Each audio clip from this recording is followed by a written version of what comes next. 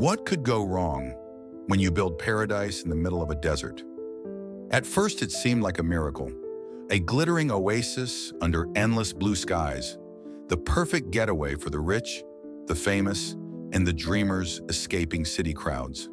They called it the Salton Riviera, a sun-drenched playground where Hollywood legends like Frank Sinatra and the Beach Boys would come to relax, sip cocktails, and sail across California's largest inland sea.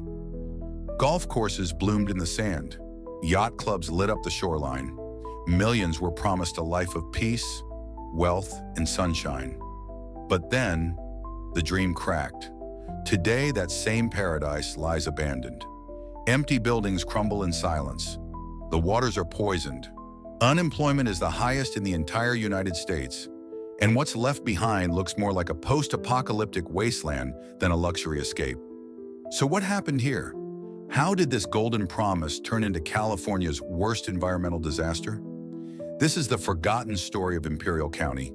And once you know it, you'll never look at paradise the same way again. If you're ready to uncover the truth behind the fall of a dream, make sure to like this video, subscribe, and hit the bell icon so you won't miss what comes next. But success in Imperial County didn't last forever, and for those who live here now, it's hard to believe the paradise ever existed. Today, Imperial stands in stark contrast to the dream it once sold. Nearly 1,100 people are homeless. Local police report a clear rise in crime over the last 18 months. Economic opportunities? Fading fast. For most young people, the message is clear. Don't come back. There's nothing waiting for you. The industries never came. The jobs dried up. And the crowds, they disappeared. Millions have moved away, leaving Imperial one of California's least populated counties with just 179,000 residents. And here's the staggering truth. Imperial has the highest unemployment rate of any county in the United States, averaging 23.5% compared to the national rate of 3.8%. That means nearly 1 in 4 people here are out of work, a number that doesn't just reflect lost income, it reflects lost direction, lost purpose, a system that no longer works. How does a place go from a luxury retreat to an economic ghost town? To find the answer, we have to go back. Back to a mistake, a flood, and a sea that was never meant to be. In 1905, a flood changed the fate of Imperial County forever. What started as a breach in an irrigation canal became a 2-year disaster, or miracle, depending on who you ask. The mighty Colorado River spilled uncontrollably into a dry desert basin, forming what would become California's largest lake, the Salton Sea. It wasn't planned, it wasn't natural, but it was here to stay. Spanning nearly 15 by 35 miles, the shimmering sea turned the barren desert into a mirage of promise. Farmers flocked in, drawn by the rich access to water. Developers saw beachfront property where there used to be dust. And by the 1950s, the Salton Sea was booming, a strange oasis of speedboats, palm trees, and sun-soaked ambition. But the balance was fragile. There were no rivers feeding the lake, only agricultural runoff. And over time, the very thing that gave Imperial County life began poisoning it. By the 1980s, scientists were alarmed. High concentrations of fertilizers, pesticides, and other chemicals were flowing back into the lake. With no natural outflow, toxins built up, salt levels spiked, oxygen levels crashed, and one day the fish stopped swimming. Nearly 200,000 fish washed up on shore, their silver bodies rotting under the sun, covering beaches that once hosted music festivals and boat parades. But agriculture wasn't the only secret feeding the Salton Sea. In 1942, the U.S. military quietly constructed a classified facility just beyond the lake's edge. It was called Sandy Beach. At the height of World War II, while the world's eyes were on Europe, scientists in New Mexico were racing to build the first atomic bomb. But rumors suggest one test didn't go as planned. A miscalculation, a detour, and a bomb that allegedly fell into the Salton Sea without ever exploding. Of course, official records say nothing, but even now whispers linger. Locals speak of strange metal fragments buried in the sand, radiation spikes, and entire zones marked off limits without explanation. As the 1990s approached, the dream officially ended. The fish died, the tourists vanished, and the water, once so vital, began to dry, faster than anyone expected. Today, the Salton Sea recedes inch by inch. Each gust of wind kicks up toxic dust from the exposed lakebed, a chemical cocktail capable of triggering asthma, cancer, or worse. With so many risks, is it any wonder there are no jobs left here? Imperial County isn't just dying, it's evaporating. And yet, buried beneath all the decay, the silence, and the dust, there may still be one last chance.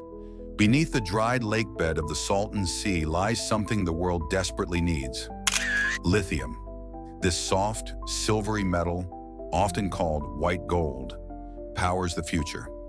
It's the lifeblood of rechargeable batteries used in electric vehicles, smartphones, even critical medical equipment. As the world races toward cleaner energy, the demand for lithium has surged by over 400% in the last decade alone. And here, in the Imperial Valley, geologists believe the reserves are vast, enough to turn this forgotten wasteland into one of the most valuable energy hubs in North America. For a county with 23.5% unemployment, that sounds like salvation. If lithium mining takes off, it could bring jobs, investment, even a second chance at prosperity. But every promise comes with a price. Extracting lithium isn't simple, and it's not without risk. It requires heavy water usage, complex chemical processing, and strict environmental controls. And in a region already battling pollution and drought, that balance is razor thin. Meanwhile, the clock is still ticking. Inflation continues to rise. Housing becomes less affordable. And more Californians in Imperial are slipping into homelessness. Ghost towns expand, building by building. The toxic dust, once held beneath the sea, is now kicked into the air with every breeze, threatening farms, schools, lungs. In this paradox, the story deepens. A region dying from what was left behind may be saved by what's buried below. But the real question remains, who will benefit? The community, the ones who stayed through the silence, or corporations eager to mine, profit, and move on? It's too early to tell. But one thing is clear, Imperial County still sits on a knife's edge, between resurrection and ruin. Today, Imperial County feels like a place caught between worlds. Once a dream, now a cautionary tale. Some call it California's worst environmental disaster, a post-apocalyptic zone where salt, dust, and silence stretch for miles. And yet, it breathes. The last residents, those who refuse to leave, have found ways to make beauty out of what was broken. Rusting cars have become sculptures. Scraps of metal once linked to bomb tests now form abstract monuments to survival. Art, it seems, is what remains when systems fail. And somehow, despite all the loss, Imperial is still one of the safest counties in California. Quiet, close-knit, a place where strangers wave and old stories echo on the wind. Tourists return slowly. Drawn by the surreal landscapes, the ATV rides across the Imperial Dunes, the mystery of Salvation Mountain, and museums that preserve the strange birth of the Salton Sea. Imperial hasn't been saved, not yet, but maybe it hasn't been forgotten either. Imperial County is a place shaped by mistakes, resilience, and time. It holds the ruins of ambition and the quiet of those who stayed. A desert once flooded by accident, now drying into silence. And yet among the toxic dust and abandoned motels, there are brushstrokes of hope, in murals and metal, in the stubbornness of art. Some say lithium could save it. Others believe it's too late. But one thing is certain, this place is more than a headline. It's a living paradox, where the past haunts every sunrise and the future depends on who dares to remain. So tell me, if given the chance, would you move here? Let me know in the comments. And if you feel that pull to keep searching, don't forget to like, subscribe, and turn on notifications so you never miss a step in our journey to uncover what still hides on this earth. Thank you for watching, and I'll see you next time.